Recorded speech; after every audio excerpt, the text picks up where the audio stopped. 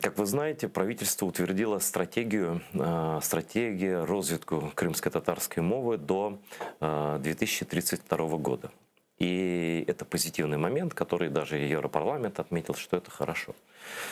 И в отрыве от всего прочего, конечно, это огромный плюс. И только сказать спасибо, так сказать, пожать руку и так далее. Но глядя на фоне других событий, которые происходят одновременно, у меня есть большое подозрение, что эта стратегия до 2032 года чем-то напоминает вот эту знаменитую притчу про Ходжана Средина, когда либо осел, говори, что хочешь, либо осел умрет, либо султан умрет, либо Ходжана Средин умрет. Да?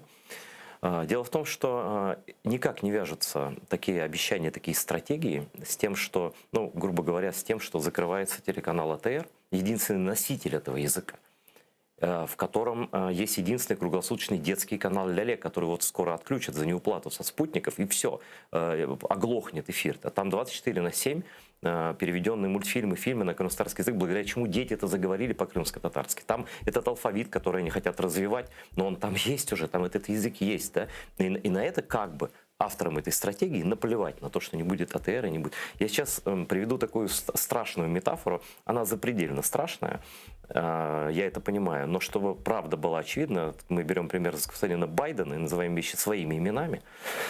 Вот я это все-таки скажу. Вы знаете, чем такой подход к крымским татарам, некоторых представителей нынешнего правительства Украины, к каналу АТР, вот ко всем нам, ко всему, к нашему народу, можно его иллюстрировать такой страшной картинкой. Знаете, если взять вот школьника, да, выколоть ему глазки, ампутировать ему язык, заткнуть ему чем-нибудь уши, да, а потом подарить ему красивый изданный букварь. На, иди учись. Да.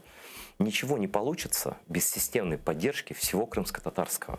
Если вы хотите, чтобы закрылся детский канал «Ля-Ле» и закрылся канал АТР, и при этом через какое-то время решите подарить крымским татарам красивые иллюстрированные книжки на их языке, знаете, спасибо не надо, спасибо оставьте себе, если вы так к нам относитесь. Или же докажите деятельно, что это не так, что моя страшная метафора не имеет под собой никакого смысла.